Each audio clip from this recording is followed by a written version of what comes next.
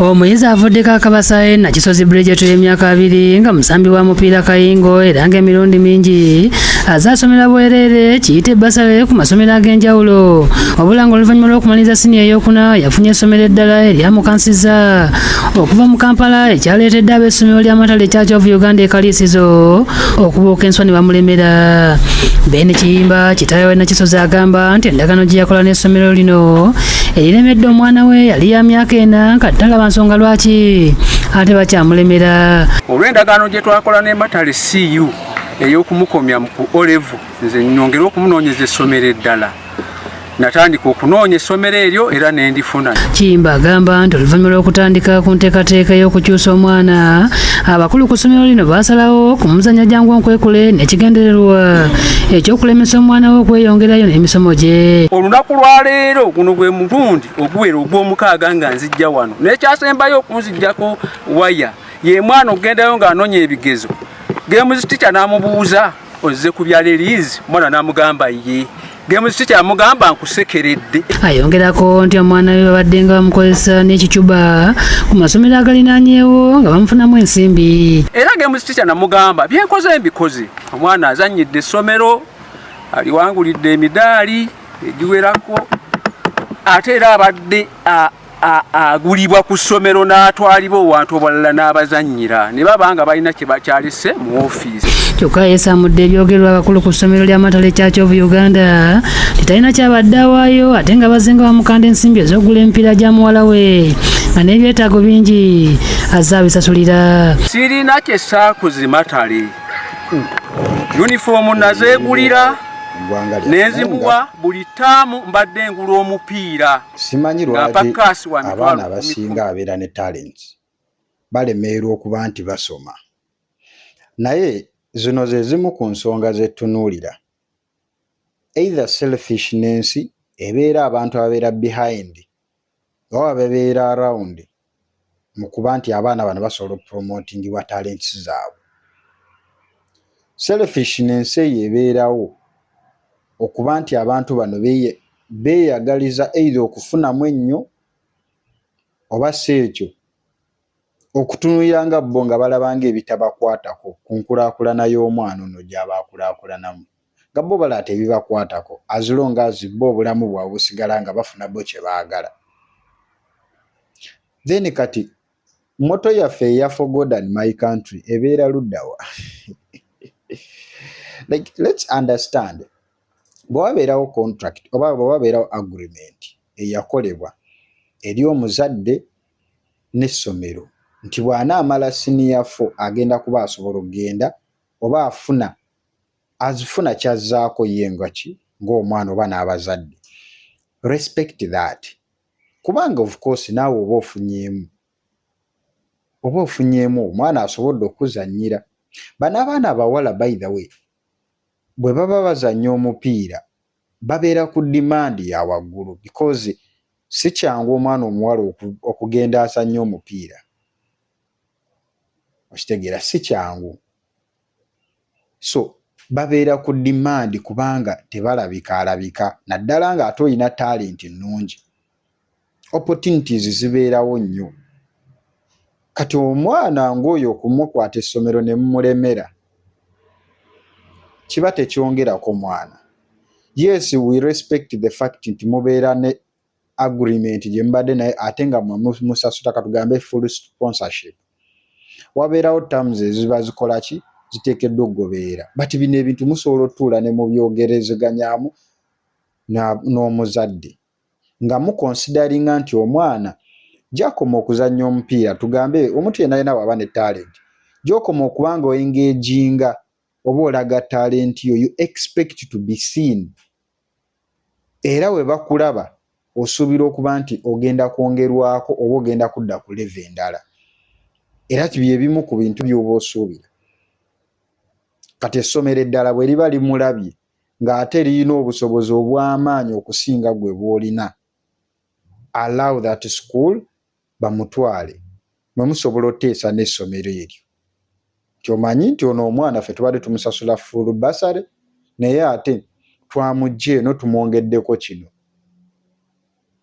musobola okubeera bwe liri essomero eryo nga liri serious nga limwetaaga, you can be a little bit compensated mu mpolampola basobola okubaako kye babawaayo, but tekyetaagisa kulemesa mwana kugenda kupashuwinga opportunity endala z'abaalabye,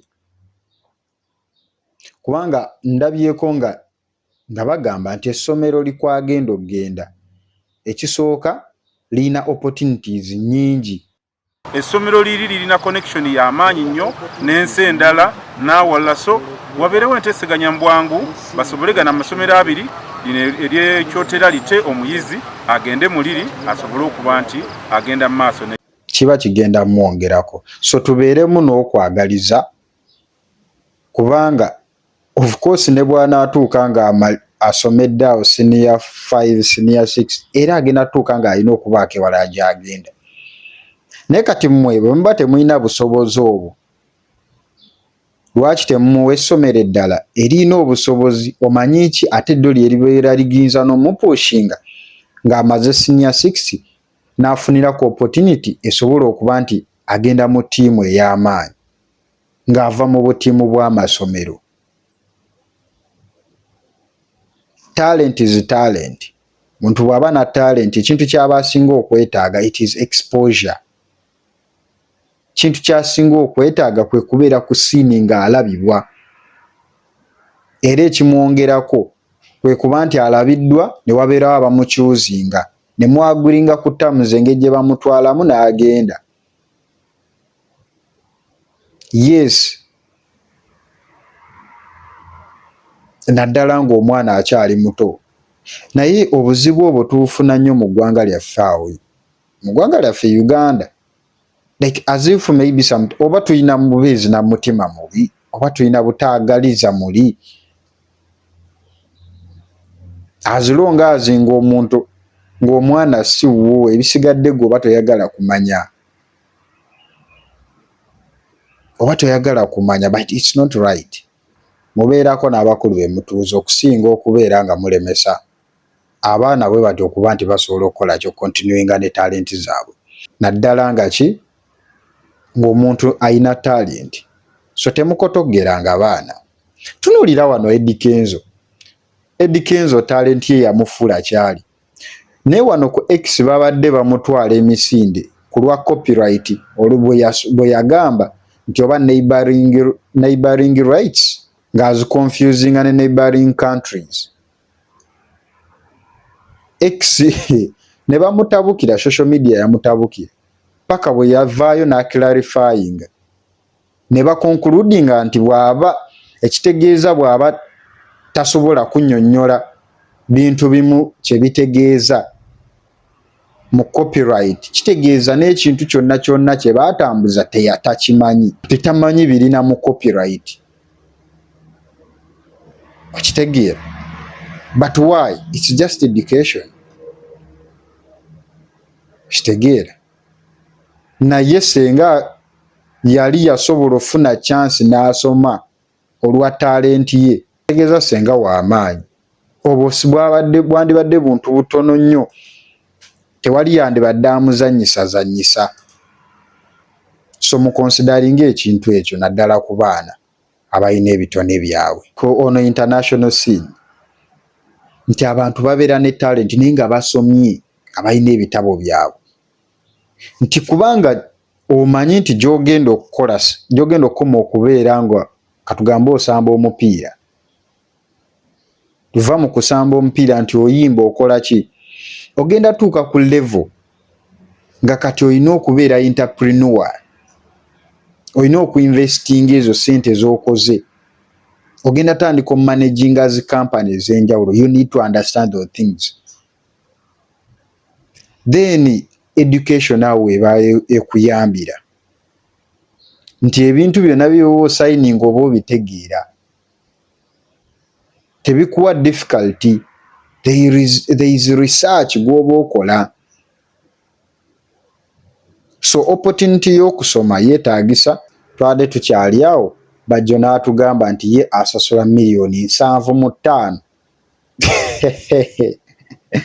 Naye Bajjo $75,000 nga tuition ye gwasasula okitegeera era n'atugaana tugamba alina abaana bangi era bonna bali mu international schools asasula $50,000 nga school fees era Rafule kati bamubanjayo $28,000 naye bajjo tuition gw'osasula biki by'osoma ku university ebyo ebikusasuza tuition $7,500,000 ozisasula buli semester ozisasula mu ngeri ki oba emyaka gyonna gy'omala gy'ogenda okumala gyonna sente zetugatta zewasasula zezo $7,500,000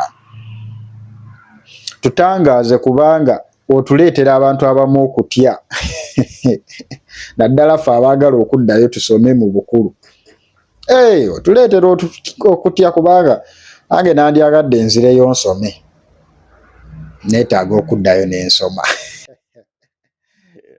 ezo na school fees essomero lirabe nsasula $5,000,000 nina abaana bangi basoma mu international school bamanja $2,300,000 wadompeta wamuza nsasula $7,500,000 ku 7 tuve ku bajjo kakati MP wa Kazo County bamuyita Atwijukire Dan yavuddeyo n'aleeta ebika by'omwenge ebiyitirivu ebiri ku market nga tebirina license oba nga tebikkirizibwa.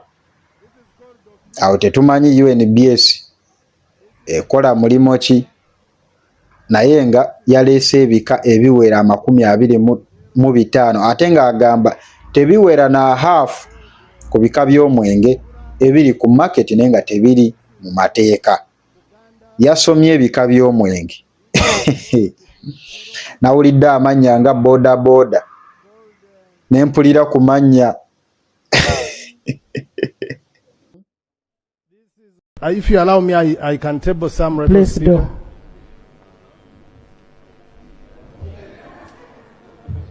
This is called kombucha. Honorable Reynolds knows. This is called officer. This is called jaja. This is called torero. This is called sabura. This is called Buganda. This is called hero. This is called chituzi. This is called buhweju, from where Honorable Mr. comes from. This is called diplomat. This is called LC5. This is called kabiriti. This is called sanyuka. Honorable Kabanda wants to taste sanyuka. This is called boda. I have so many regional speakers here. This is called kwetegereza. That when you take it, you understand things better. This is katochi. This is Buganda kombucha. This is leo. This is leo. This is hanewaraj. This is mpenkoni.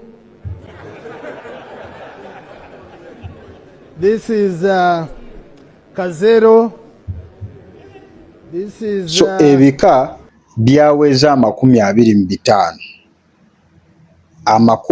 25 era senga osobola bibala kavidi yako osobola kanoonya n'okalaba tetugenda kukamalayo naye nga abantu okunywa omwenge kitegeeza bizinensi ekolera ddala kubanga bwabanga omwenge gwe gukyasiza okubeera manufacturing ebika ebyo ebiyitirivu biri ku market kitegeeza abantu bettanira nnyo okunywa omwenge naye ate nze kyemmanyi ensi buli bwekeera nga eyagala kubeera ng'obwongo bwayo bulina kubanga bwebase obanga oli intoxicated, kitegeeza there is a lot of things that are going on. There are a lot of challenges ze ba facing ezibaleetera okuba nti baresortinga okuba nti emitwe gyabwe tegibeera soba. Ye byebintu byetwanzisinze n'okutunulamu ebyo kyekireetera abantu okwagala emitwe gyabwe gibeere nga tegiri soba, nga banywa buli kika kya bwenge, ng'abantu tebava mu mabaala, nga families zitabuka buli kaseera, nga ba single mothers beeyongera obuyitirivu, nga social media esinga kubeerako kuvuma, like ng'abantu bali awo bw'oleeta negativity ng'etambula ku speedi mpitirivu okusinga bw'oleeta ekintu ekiri positive. Nga bw'obaako ekintu ky'osomesa kyonna abantu tebakiwuliriza, naye bw'obeerako abantu abali mu kwevuma, abeeyambudde, abakola ki, abaako ekikyamu kye bakola, abantu bagenda kigobeera ate bakisapootinge. Society kasita etuukaawo wabeerawo ekikyamu, abantu babeera mentally ill naye nga tebakimanyi. People are mentally ill naye nga they don't know. Kitegeeza there are a lot of things that we need to be addressing.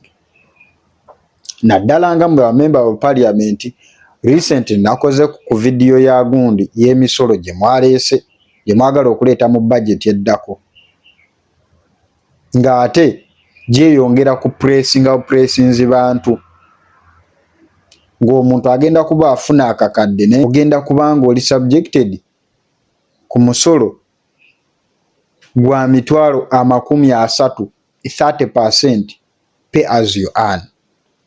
Ng'omuntu afuna emitwalo 33 oba mu 15 paka kwana mugumu afula 20% gye mitwalo 8 plus. Okitegeera? Naye ng'ate n'omuntu afuna emitwalo 5 agenda sasula 25%. Ng'emisolo giraga miyitirivu, naye ate gye gikoma okubeera emiyitirivu gipressinga abantu bano, naye ate ekisinga okwewunyisa nga ate gye bagisasula abantu bayonoona nyonoone. Okitegeera? Juzi waliwo video gye nalabye ku URA, bajeti yaayo yokka bayinamu ne oba billioni 20 for enjoyment and entertainment. Gundi babyogeddeko nga waliwo meetings ebawaddemu kaawo ku gundi ku parliament. Honorable Ssemujju Nganda, okitegeera kati bino ebintu byebipressinga abantu ne batuuka nga alaba bw'aba asobola osasula ezo ssente omusolo ng'ate eri bagwonoona ate nga agujja mu bugubi, ate nga n'ebintu ebirala byonna byongereddwako omusolo. How do you expect people to be sober? Tebasobola kubeera sober because bw'onaabeera sober ojja kufeera, osobola ottabuka obwongo n'omaliza ng'ogenze butabika. The best thing ky'oba olina okukola kwe kuba nti buli kaseera obwongo bwo buleetera okubeera intoxicated. So ebyo ebintu mubitunulemu, then tube nga tusobola stoppinga egyo emyenge emiyitirivu, naye nga bwe tunuira ne ku ziri issues ezireetera abantu okwagala okuba nti tebabeera soba, babeera mu bintu ng'ebyo, okutwaliriza obwongo bwabwe n'okuba nti tebasasobola kulowooza. Anaye neyanziza. Thank you for subscribing guys on my YouTube channel and please continue doing so. Yeah, munyongeremu amaanyi nga bwe musubscribinga ng'ate bwe mulikinga videos zange nga bwe mucommentinga wansi awo muteekeko ideas zammwe sobole okuba nga respondinga, and of course you can tag me on anything so that I'll as well discuss about it. Thank you so much. May God bless you.